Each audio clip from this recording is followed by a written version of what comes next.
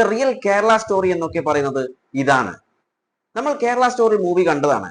അതിൽ പല കാര്യങ്ങളും നമ്മൾക്ക് ഒരിക്കലും ഒരു മലയാളികൾക്കും അക്സെപ്റ്റ് ചെയ്യാൻ പറ്റാത്ത കാര്യങ്ങളാണ് അതിൽ പറഞ്ഞിട്ടുള്ളത്. പ്രത്യേകിച്ചും അതിൽ പറഞ്ഞ കണക്കുകൾ ഇന്ത്യൻ ഗവൺമെന്റിന്റെ അടുത്തോ അല്ലെങ്കിൽ വേൾഡ് ഓർഗനൈസേഷന്റെ അടുത്ത് പോലും ഇല്ലാത്ത കണക്കുകളാണ് അതിൽ പറഞ്ഞിട്ടുള്ളത്. അതെന്തുമാവട്ടെ, ദിസ് ഈസ് കേരള.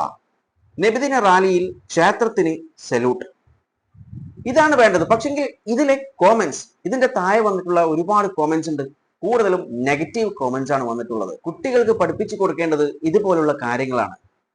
ഏത് മതവുമാവട്ടെ, എല്ലാ കുട്ടികൾക്കും ഒരുപോലെ പറഞ്ഞും പഠിപ്പിച്ചും കൊടുക്കേണ്ട കാര്യങ്ങൾ എന്ന് പറയുന്നത് പരസ്പരം സ്നേഹിക്കാനും സഹകരിക്കാനും സഹായിക്കാനും അതുപോലെ പരസ്പരം ബഹുമാനിക്കാനും അങ്ങനെയുള്ള കാര്യങ്ങളാണ്. എന്നാൽ ഖേദകരം എന്ന് പറയട്ടെ, ഇപ്പോൾ ഇതിന്റെ ഓപ്പോസിറ്റ് ആയിട്ടുള്ള കാര്യങ്ങളാണ് നടന്നുകൊണ്ടിരിക്കുന്നത്.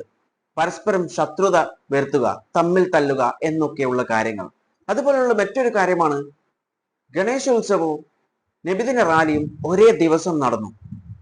കേട്ടു നോക്കാം.